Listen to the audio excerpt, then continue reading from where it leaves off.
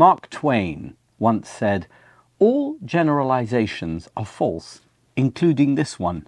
Well, I wonder what Twain would have made of Raphael Patai's 1973 book, The Arab Mind, an audacious attempt to anatomize the psychological DNA of an entire region by offering a sweeping, all-encompassing portrait of the Arab world.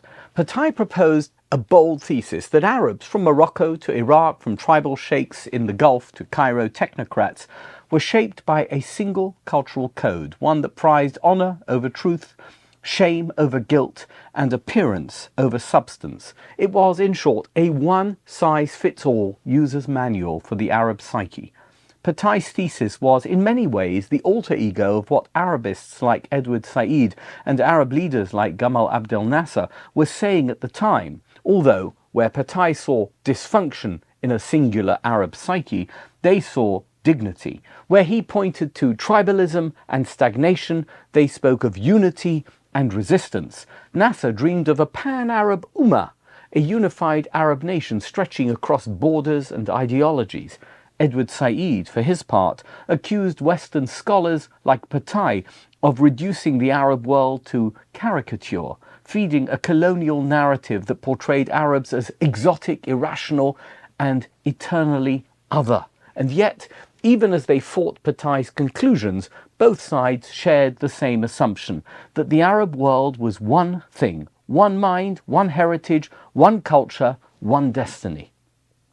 For decades, the Arab mind quietly but persistently shaped US military training manuals, diplomatic strategies, intelligence briefings, and Middle East policy assumptions. It became the go-to guide for Westerners trying to understand the Arab world. But if Patai were writing today, this week to be precise, he would have had to call his book The Arab Minds in the plural, because President Trump's glitzy, headline-devouring state visit to Saudi Arabia and other Gulf nations has just buried the idea of a singular Arab mind for good. This wasn't a US-Arab summit from the history books. No fiery speeches about Zionist conspiracies.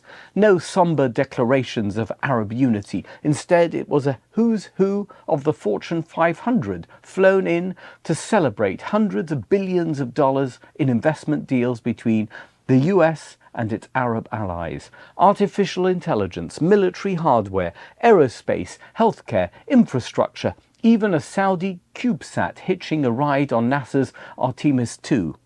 This wasn't pan-Arabism, it was pan-capitalism. Although Israel wasn't invited. Israel wasn't invited. Cue the heartburn in Jerusalem. Why is Trump cozying up to the Saudis, the Qataris, even the Syrians without us? Why is Israel being left out in the cold? But here's the thing.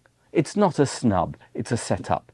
Because this trip, if you read between the lines, might just be the runway for some of the most unexpected Israeli breakthroughs since the Abraham Accords. The winds are shifting. Trump's announcement in Riyadh that US sanctions on Syria are being lifted wasn't merely symbolic. It was seismic. Suddenly, Syria isn't a regional pariah. It's back on the guest list. Trump's declaration that peace in the region requires a new approach may sound like typical political varnish, but it is more likely a nod toward Israeli-Syrian dialogue, which Trump requested from Syria's new leader. A year ago, that would have sounded like science fiction. Even more significant is the growing Arab consensus that Hamas and the Houthis are not cherished symbols of resistance. Instead, they are a strategic liability. The Saudis and the Emiratis are done with them. Egypt's stance has shifted, and Qatar, the lifeline for Islamists, is feeling real pressure. Either keep backing terror or keep your seat at the global investment table. You can't do both anymore. And here's the real shocker. There's serious talk that the Muslim Brotherhood, long hailed as the great hope of pan-Arabism, is on the verge of official disavowal. Arab leaders are beginning to say openly that the Brotherhood isn't the engine of Arab renewal, but the architect of regional chaos. The entire pan-Arab narrative, once held together by slogans and shared grievance, is starting to unravel. So where does that leave Israel? exactly where it should be, at the center of the news story. Israel is proof that a small country in a tough neighborhood can thrive when it refuses to dissolve its identity, no matter how intense the pressure to conform or collapse. In a region finally swapping ideology for pragmatism, Israel is no longer the outlier, it's the blueprint. So yes, it may have stung to be left off this week's summit stage, but it wasn't sidelining, it was positioning. What we witnessed wasn't exclusion, it was groundwork. This is the slow construction of something much bigger than a photo op or a flashy deal. The Arab world is no longer a monolith. It's a collection of countries with diverging interests and evolving priorities, finally ready to let go of the imposed identities of the past and embrace something far more honest and far more promising. Which brings us unexpectedly, but powerfully, to Parshat Emor. After a long stretch of laws about priestly purity and sacred times, the narrative suddenly shifts. A fight breaks out in the Israelite camp. One of the men involved is described not by name but by lineage, the son of an Israelite woman who was the son of an Egyptian man. He went out among the Israelites. This man ends up blaspheming the divine name and is ultimately put to death. It's a grim episode, but what's striking is how the Torah frames it. His identity, half Israelite, half Egyptian, isn't incidental. It's the whole point. Here is someone who couldn't let go of Egypt. Even physically standing among the Israelites, he remained spiritually tethered to a different world. And that wasn't just a personal issue. It was a national warning. This wasn't the only time in the wilderness that Egypt reappeared. Again and again, the Israelites looked back. We remember the fish we ate in Egypt. Let's appoint a leader and return to Egypt. But that longing wasn't innocent nostalgia.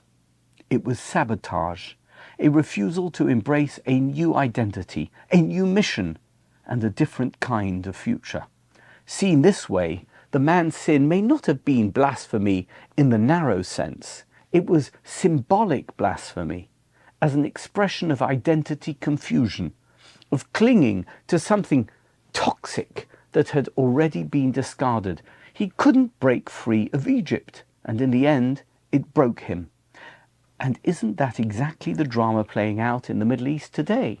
For decades, Arab leaders, some sincerely, some cynically, held tight to inherited identities, pan-Arab unity, perpetual resistance, and victimhood.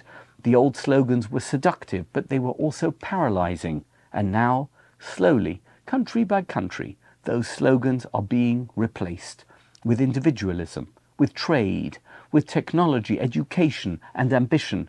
It's not perfect, but it's facing forward. Israel figured this out a long time ago. That's why it's still here. And that's why it thrives. For all the turbulence of Jewish history, Israel refused to ever be shackled to ghosts of the past. It chose to move forward, to build, to innovate, to surge ahead. And now the Arab world stands at that same crossroads.